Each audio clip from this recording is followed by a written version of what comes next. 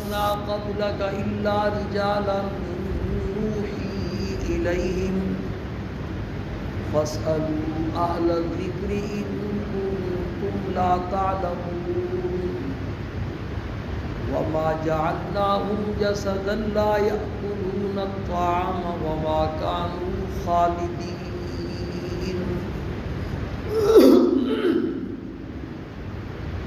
آج ہماری مسجد میں جماعت کے دوست ہمارے مہمان تشریف لائے ہوئے ہیں۔ انہوں نے عصر کے بعد گشت بھی کیا ہے اور مغرب کے بعد انہوں نے بیان کرنا تھا، لیکن انہوں نے کوئی کسی فرمائش کی کہ آپ بھی بیان کر دیں، یہ درس بھی ہے اور بیان بھی ہے، اور آخر میں انشاءاللہ تشکیل بھی ہوگی۔ آپ حضرات ذہنی طور پر تیاری کر لیں، بھی نام بھی لکھانے تاکہ ان کی حوصلہ افزائی ہو۔ ہمارا جو مضمون چل رہا ہے یہاں تک بات پہنچی ہے کہ اللہ پاک نے اس آیت میں یہ مضمون بیان فرمایا کہ آپ صلی اللہ علیہ وسلم سے پہلے جتنے نبی بھی دنیا میں تشریف لائے وہ سارے انسان تھے اور مرد تھے۔ یہ مسئلہ کھول کر کے میں نے بیان کیا اور آپ سن چکے ہیں۔ اس کے بعد اللہ پاک نے مکے والوں کو خطاب کر کے ارشاد فرمایا فَاسْأَلُوا أَهْلَ الذِّكْرِ إِن كُنتُمْ لَا تَعْلَمُونَ، اگر تمہیں انبیاء علیہ السلام کے انسان ہونے میں کوئی شک شبہ ہے تو تورات اور انجیل کے جو بڑے بڑے عالم اس زمانے میں موجود ہیں ان سے پوچھ لو، وہ تمہیں بتلائیں گے کہ جتنے نبی دنیا میں آئے وہ سارے انسان تھے۔ اس پر بات شروع ہوئی کہ امام قرطبی رحمہ اللہ نے اس آیت کی تفسیر میں لکھا ہے کہ اس سے ایک مسئلہ ثابت ہوا کہ جو نہ جانتا ہو اس کو جاننے والوں کے پیچھے چلنا واجب ہے۔ اللہ نے مکے والوں کو کہا تمہیں تو خود پتہ نہیں ہے، تو تورات کے اور انجیل کے جو عالم ہیں ان سے پوچھو۔ نہ جاننے والے کے لیے جاننے والے کی تقلید اور اتباع واجب ہے۔ اس پر یہ مضمون شروع ہوا۔ پہلی بات بیان ہو چکی ہے کہ قرآن و جس طرح دنیا کے تمام علوم اور فنون کے لیے مطلوبہ استعداد کی بھی ضرورت ہے، استاد کی بھی ضرورت ہے، تو قرآن و حدیث کا جو فن ہے اس کو جاننے کے لیے مطلوبہ استعداد کی بھی ضرورت ہے اور استاد کی بھی ضرورت ہے، اور اس کے ساتھ ایک تیسری شرط یہ ہے کہ وہ استاد مستند عالم دین ہو جس کی سند سرکار دو عالم صلی اللہ علیہ وسلم تک پہنچتی ہو۔ اس کی پوری وضاحت گزشتہ ہفتے کے آخر میں اور کل کے درس میں آپ سن چکے ہیں۔ دوسری بات آج جو عرض کرنی ہے وہ کہ فقہ کے بارے میں عام طور پر لوگ اس غلط فہمی میں مبتلا ہیں کہ فقہ یہ قرآن و حدیث سے الگ کوئی چیز ہے۔ ہم تو بھائی قرآن اور حدیث پر چلیں گے، فقہ وغیرہ کو ہم نہیں جانتے اور نہ مانتے۔ یہ ایک بہت بڑی غلط فہمی۔ قرآن حدیث کے بغیر سمجھ میں نہیں آتا اور قرآن اور حدیث دونوں فقہ کے بغیر سمجھ میں نہیں آتا۔ فقہ کوئی الگ چیز نہیں ہے، فقہ قرآن و حدیث کی تشریح کا نام ہے، اور قرآن و حدیث کی گہرائی میں جو چھپے ہوئے موتی اور مسائل ہیں ان کو ظاہر کرنا تاکہ لوگ ان کے اوپر عمل کریں، اس کا دوسرا نام کیا ہے؟ فقہ۔ قرآن و حدیث کو ایسا عام فہم نہیں ہے بلکہ اس کی گہرائی میں بڑے مسائل ہیں۔ کئی مثالیں میں نے گزشتہ درسوں میں آپ کے سامنے عرض کی تھی۔ سرکار دو عالم صلی اللہ علیہ وسلم کے بارے میں صحابہ ایک حدیث نقل کرتے ہیں کہ آپ صلی اللہ علیہ وسلم جب تقاضے کے لیے تشریف لے جاتے تھے، اذا اراد الحاجۃ لم يرفع صوبہ حتی يدنو من الارض، اس وقت تک آپ اپنا کپڑا اور چادر مبارک نہیں اٹھاتے تھے جب تک کہ زمین کے قریب نہ پہنچے۔ اب یہ عام فہم الفاظ ہیں، جو قرآن و حدیث کے ماہر اور فقہ کے ماہر علماء ہیں، انہوں نے اس سے 2 قانون اور 2 قاعدے مستنبط کیے اور نکالے، اور ان قواعد کے نیچے پہ سینکڑوں مسائل۔ ایک قانون انہوں نے یہ نکالا، الضرورات تبیح المحظورات، مجبوری کی وجہ سے حرام کام بھی آدمی کے لیے کبھی کبھی کیا ہو جاتا ہے، مباح ہو جاتا ہے۔ اب سطر کھولنا یہ کیا ہے، ناجائز کام ہے، لیکن تقاضا ایک مجبوری ہے، تو اس تقاضے والی مجبوری کی وجہ سے سطر کھولنا جو ہے اس کے لیے جائز ہو جائے گا۔ ایک قانون یہ نکالا کہ آپ نے سطر کھولا تو ہے باہر، اور دوسرا قانون کہ آپ نے زمین کے قریب پہنچ کر کے سطر کھولا۔ اس سے دوسرا اصول نکالا کہ الضروری یتقدر بقدر ضرورہ، کہ جو حرام کام کسی مجبوری کی وجہ سے جائز ہوگا وہ اتنا ہی جائز ہوگا جتنی مجبوری ہے۔ اب یہ 2 اصول ہیں، اور میڈیکل کی لائن کے سینکڑوں مسائل، کسی آدمی کو پھوڑا نکلا ہوا ہے ایسی جگہ پر جس جگہ کا دیکھنا جائز نہیں ہے، تو اب اس کے لیے سطر کا کھولنا اسی اصول کی روشنی میں جائز ہوا، اور اتنا ہی کھولے گا جتنی کیا ہے مجبوری۔ تو فقہ کوئی الگ چیز نہیں ہے، اس طرح کے قرآن و حدیث کی گہرائی میں جو چھپے ہوئے مسائل ہیں، ان مسائل کے ظاہر کرنے کا نام کیا ہے، فقہ۔ امام ابو ثور ایک فقیہ گزرے ہیں، دمشق کی جامع مسجد میں ایک کونے میں وہ فقہ کا سبق پڑھا رہے تھے، اور دوسرے کونے میں محدثین کی ایک جماعت بیٹھی ہوئی تھی، اور وہ آپس میں احادیث یاد کر رہے تھے۔ جب تک یہ کتابیں لکھی نہیں گئی تھی اس وقت تک محدثین احادیث کو محفوظ رکھنے کے لیے سند کے ساتھ احادیث یاد کرتے تھے۔ مجھے فلاں نے سنائی، اس کو فلاں نے سنائی، اس کو فلاں نے سنائی، ایک دوسرے کو سنا رہے تھے۔ ایک کونے میں فقہ کا سبق ہو رہا ہے، ایک کونے میں حدیث کا تکرار ہو رہا ہے۔ ایک عورت، پرانا زمانہ تھا، محدود آبادی ہوتی تھی، ایک عورت مسجد میں داخل ہوئی، اس نے دیکھا کہ ایک مولوی مسجد کونے میں بیٹھ کر کے سبق یاد کر رہے ہیں، تو پہلے محدثین کے پاس آئے، ان سے آ کر کے کہا ایک مسئلہ بتلاؤ۔ مسئلہ یہ ہے کہ ہمارے گھر میں میت ہو گئی ہے، اور اس کو غسل دینے کے لیے ایک ایسی عورت ہے جس کو ماہواری آئی ہوئی ہے، وہ غسل دے سکتی ہے، اور کوئی بندہ دستیاب نہیں ہے۔ تم بتلاؤ کہ ماہواری والی عورت میت کو غسل دے سکتی ہے یا نہیں دے سکتی؟ وہ ایک دوسرے کو دیکھنے لگے، جب انہیں کچھ سمجھ نہ آیا تو انہوں نے کہا کہ وہ جو کونے میں بزرگ سبق پڑھا رہے ہیں نا فقہ کا، مسئلہ ان سے جا کے پوچھو، اور جب وہ مسئلہ بتلائیں تو ان کو کہنا کہ وہ جو مولوی بیٹھے ہوئے ہیں وہ مسئلے کی دلیل بھی پوچھ رہے ہیں۔ وہ عورت سیدھی امام ابو ثور کے پاس چلی گئی، اور امام ابو ثور سے یہی مسئلہ پوچھا کہ ماہواری والی عورت میت کو غسل دے سکتی یا نہیں؟ امام ابو ثور نے فوراً فرمایا کہ دے سکتی ہے۔ اس نے کہا دے تو سکتی ہے، لیکن وہ مولوی جو ہے نا وہ دلیل بھی مانگ رہے ہیں۔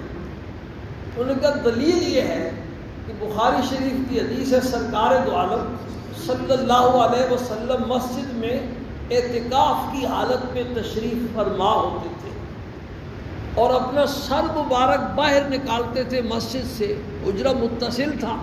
حضرت عائشہ فرماتی ہیں کہ میں ماہواری کی حالت میں ہوتی تھی، اور آپ کا سر مبارک دھویا بھی کرتی تھی اور اس کو کنگھا بھی کیا کرتی تھی۔ اس سے معلوم یہ ہوا کہ ماہواری والی جو ناپاکی ہے اس سے ظاہری جسم بندے کا ناپاک نہیں ہوتا، تو تمہارے میت کا جسم حضور صلی اللہ علیہ وسلم کے جسم سے زیادہ پاک تو نہیں ہے۔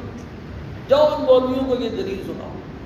وہ گئی اور جاتے جاتے ان مولویوں کو مسئلہ بھی بتلایا، محدثین کو، اور انہوں نے کہا وہ دلیل میں یہ حدیث انہوں نے سنائی ہے۔ تو ان میں سے ایک کہنے لگا یہ حدیث تو اتنی سندوں سے میرے پاس ہے، دوسرا کہنے لگا اتنی سندوں سے میرے پاس ہے، یعنی اتنے استادوں سے میں نے سنی ہوئی ہے، دوسرے نے کہا اتنے استادوں سے میں نے سنی ہوئی ہے۔ تو وہ عورت کہنے لگی آپ خاموش بیٹھے رہو، اس وقت تمہیں مسئلہ نہیں آتا تھا، اور اب تم کہتے ہو ہمیں حدیثیں نہیں آتی۔ بھائی فقہ جو ہے نا اس کو کیا کہتے ہیں؟ امام ابو ثور نے جو مسئلہ نکال کے بیان کیا اس کا دوسرا نام کیا ہے؟ فقہ ہے۔ کل ہمارے بخاری شریف کے سبق میں ایک حدیث گزری ہے، حضرت عبداللہ ابن عباس رضی اللہ تعالی عنہما سے روایت مروی ہے، آپ صلی اللہ علیہ وسلم منا کے مقام پر حجۃ الوداع کے موقع پر نماز پڑھا رہے تھے۔ حدیث کے الفاظ ہیں یصلی بمنا الی غیر جدار، آپ منا کے مقام پر نماز پڑھا رہے تھے۔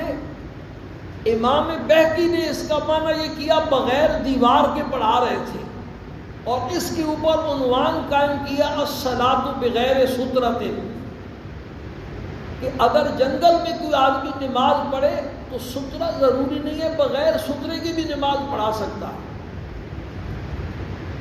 اور امام بخاری رحمہ اللہ نے اس کا معنی یہ کیا کہ آپ منا میں نماز پڑھا رہے تھے، سترہ تھا لیکن دیوار کا غیر تھا، لفظ ایک ہی ہے، اور دو بزرگوں نے معنی الگ الگ کیا، ایک نے اپنا مسئلہ نکالا، دوسرے نے اپنا مسئلہ نکالا۔ اس کا نام کیا ہے؟ فقہ ہے۔ یہ جتنے بزرگ فقہا ہیں وہ سارے قرآن و حدیث کی تشریح کرنے والے ہیں۔ قرآن و حدیث کی گہرائی میں جو چھپے ہوئے مسائل ہیں ان مسائل کو وہ چونکہ ماہرین فن تھے تو انہوں نے اظہار کر دیا، اسی کا دوسرا نام فقہ۔ 1400 سالہ تاریخ میں جتنے صاحب نسبت اولیاء گزرے ہیں وہ دو تھے، یا مجتہد تھے یعنی قرآن و حدیث کے ایسے ماہر تھے کہ اجتہاد کے مقام کو پہنچے ہوئے تھے، براہ راست قرآن و حدیث سے خود مسائل نکالتے تھے، اور یا کسی نہ کسی مجتہد کے پیچھے چلنے والے تھے۔ سیاہ ستہ جو ہمارے مدارس میں پڑھائی جاتی ہے بڑی مشہور ہے، سیاہ ستہ امام بخاری رحمہ اللہ کی پہلی کتاب بخاری شریف ہے۔ سیاہ ستہ میں امام بخاری خود مجتہد تھے، امام مسلم مالکی تھے، امام مالک کے مقلد تھے، امام نسائی جو ہے وہ بھی مالکی تھے، امام مالک کے مقلد تھے، امام ترمذی رحمہ اللہ شافعی تھے، امام شافعی کے مقلد تھے، امام ابو داؤد حنبلی تھے، امام احمد ابن حنبل کے مقلد تھے، امام ابن ماجہ جو تھے وہ شافعی تھے، امام شافعی کے مقلد تھے۔ 1400 سال میں جتنے بزرگ صاحب نسبت اولیاء آئے، آپ نے پیچھے واقعہ سنا، شیخ عبد القادر جیلانی رحمۃ اللہ علیہ حنبلی تھے، امام احمد ابن حنبل کے مقلد تھے۔ کل امام ابن تیمیہ رحمہ اللہ کا واقعہ گزرا، وہ امام احمد ابن حنبل کے مقلد تھے۔ جنید بغدادی حنفی تھے۔ اسی طریقے سے بایزید بستامی، سری سبتی، جتنے مجدد الفسانی، جتنے بزرگ گزرے ہیں، یہ یا تو وہ خود مجتہد تھے کہ قرآن و حدیث کے ایسے ماہر کہ براہ راست قرآن و حدیث سے مسائل نکالنے والے، اور یا کسی نہ کسی امام کے پیچھے چلنے والے۔ تو فقہ قرآن و حدیث سے الگ کسی دوسری چیز کا نام نہیں، بلکہ قرآن و حدیث کے ایک ظاہری الفاظ ہیں اور ایک اس کے اندر چھپے ہوئے موتی ہیں، اور ان موتیوں کو نکال دینا، اس کا دوسرا نام کیا ہے بھائی؟ فقہ ہے۔ اس کے لیے میں نے کئی دفعہ عرض کیا کہ یہ بات ویسے سمجھ میں نہیں آتی مسجد کے درس سے، یہ آپ مدارس کے چکر لگائیں اور کلاسوں میں جا کر کے جب آپ بیٹھیں گے جہاں حدیث کا سبق ہو رہا ہے وہاں 2-3 دن حدیث کا سبق سنیں، جہاں فقہ کا سبق ہو رہا ہے وہاں 2-3 دن فقہ کا سبق سنیں، پھر آپ کو مسئلہ سمجھ میں آئے گا کہ یہ کچھ سرسری بات نہیں ہے، یہ بڑی گہرائی والی بات ہے جس کے لیے لوگوں نے اپنی عمریں کھپا دی۔ تو بہرحال اس آیت سے یہ بات ثابت ہوئی، فَاسْأَلُوا أَهْلَ الذِّكْرِ إِن كُنتُمْ لَا تَعْلَمُونَ، اگر تمہیں خود پتہ نہ ہو تو جن کو پتہ ہے ان کے پیچھے چلنا تمہارے لیے ضروری ہے، یا تو خود ڈاکٹر ہو ورنہ کسی ڈاکٹر سے علاج کروانا پڑے گا، یا خود انجینئر ہو ورنہ کسی انجینئر سے نقشہ بنوانا پڑے گا، یا خود پائلٹ ہو ورنہ کسی پائلٹ پہ اعتماد کر کے طیارے میں بیٹھنا پڑے گا۔ یہ دنیا کا یہ 2 دنے 4 والا مسئلہ ہے، اس میں کوئی چھپی ہوئی بات تو ہے نہیں۔ اب آخر میں ہمارے یہ مہمان تشریف لائے ہوئے ہیں، ان کی مناسبت سے صرف ایک بات جمعے پر بھی میں نے عرض کی کہ ہمارا یہ جو موجودہ دور چل رہا ہے یہ بے حیائی، بے دینی کا ایک سیلاب ہے اور گمراہی کا ایک سیلاب ہے کہ جس میں دنیا بہہ رہی ہے۔ اب آپ نے یہ محرم کے موقع پر دیکھا جگہ جگہ سبیلیں لگی ہوئی ہیں اور دھڑا دھڑ لوگ پانی پی رہے ہیں، پلا رہے ہیں، کچھ پتہ نہیں کیا کر رہے ہیں، نہ کرنے والوں کو پتہ ہے نہ پینے والوں کو پتہ ہے۔ گمراہی کا ایک سیلاب ہے، ان کو سمجھانا بھی بڑا مشکل ہے۔ تو میں نے جمعے والے دن مثال دی تھی، ایسی مثال ایسی ہے، حضرت مولانا ابو الحسن علی ندوی رحمہ اللہ نے لکھا ہے کہ ایک آدمی سائیکل کے اوپر سوار ہے اور اونچائی سے اترائی کی طرف رواں دواں ہے، اور سائیکل کی بریکیں نہیں ہیں، اور اترائی میں آگے کیا ہے، گہرائی ہے، کھائی ہے۔ تو بتلاؤ ایک آدمی سائیکل پر سوار ہو اور سائیکل کی بریکیں نہ ہوں تو کیا بنے گا اس کا؟ یا ایسے گھوڑے کے اوپر سوار ہے جس گھوڑے کی لگام اس کے ہاتھ میں نہیں ہے اور گھوڑا سرپٹ دوڑا جا رہا ہے، جس کو پرانے زمانے میں شتر بے مہار کہتے تھے، ایسا اونٹ جس کے ناک میں مہار نہیں۔ یہ ہمارے معاشرے کا حال ہے۔ یہ دینی مجالس، یہ دینی مراکز، تبلیغی مراکز، یہ تبلیغی جماعت، یہ اس طرح کے حلقے، یہ کہ سائیکل کی بریکیں ہیں، اگر یہ بریکیں لگ جائیں گی تو ممکن ہے کہ کھائی میں گرنے سے ہم بچ جائیں۔ اگر ہماری یہ بریکیں نہ لگی، نہ ہمیں لگی، نہ ہمارے بیوی بچوں کو لگی، نہ ہمارے معاشرے میں رہنے والے انسانوں کو لگی، تو اگلا جو آنے والا مستقبل ہے نا، وہ ہمارے لیے بالتباہ ہے۔ تو اس لیے آپ خود بھی اپنے آپ کو اس چیز کے ساتھ جوڑیں۔ یہ ایک الہامی طریقہ ہے۔ اللہ پاک حضرت مولانا الیاس رحمہ اللہ کی قبر پر انوارات کی بارشیں برسائے۔ کیا اخلاص تھا اور کیسا دنیا کو ہلا دیا۔ مولانا ابو الحسن ندوی جن کا میں نے بھی نام لیا، انہوں نے لکھا ہے کہ جب وہ پڑھتے تھے تو طالب علم ان کا مذاق اڑاتے تھے، کہتے ہیں الیاس جو ہے نا وہ تو نفل ہی پڑھتا رہتا ہے ہر وقت، نفل کیا پڑھتا، اس نے پوری دنیا کو ہلا کے رکھ دیا۔ تو بھئی یہ ایسا کام ہے کہ دنیا کے کاروبار کو چھوڑنا نہیں پڑتا۔ آپ کی فیکٹری بھی چلتی رہے گی، کارخانہ بھی چلتا رہے گا۔ اگر آپ دکاندار ہیں تو دکان بھی چلتی رہے گی، ملازم ہیں تو ملازمت بھی چلتی رہے گی، اور ساتھ ساتھ اس کام میں حصہ پڑ جائے گا اور آپ کی نسلیں سدھر جائیں گی۔ اگر آپ اس کام میں جڑ گئے نا، آپ کے بچے سدھر جائیں گے، آپ کے گھر والے سدھر جائیں گے، آپ کی برادری اور خاندان والے سدھر جائیں گے، سب کو انشاءاللہ بریکیں لگ جائیں گی، اور جب وقت آئے گا آہستہ آہستہ بریک اپنا کام کرنا شروع کر دیں گے۔ اللہ پاک ہم سب کو اس کی سمجھ نصیب فرمائے، اس کا یقین نصیب فرمائے اور عمل کی توفیق نصیب فرمائے۔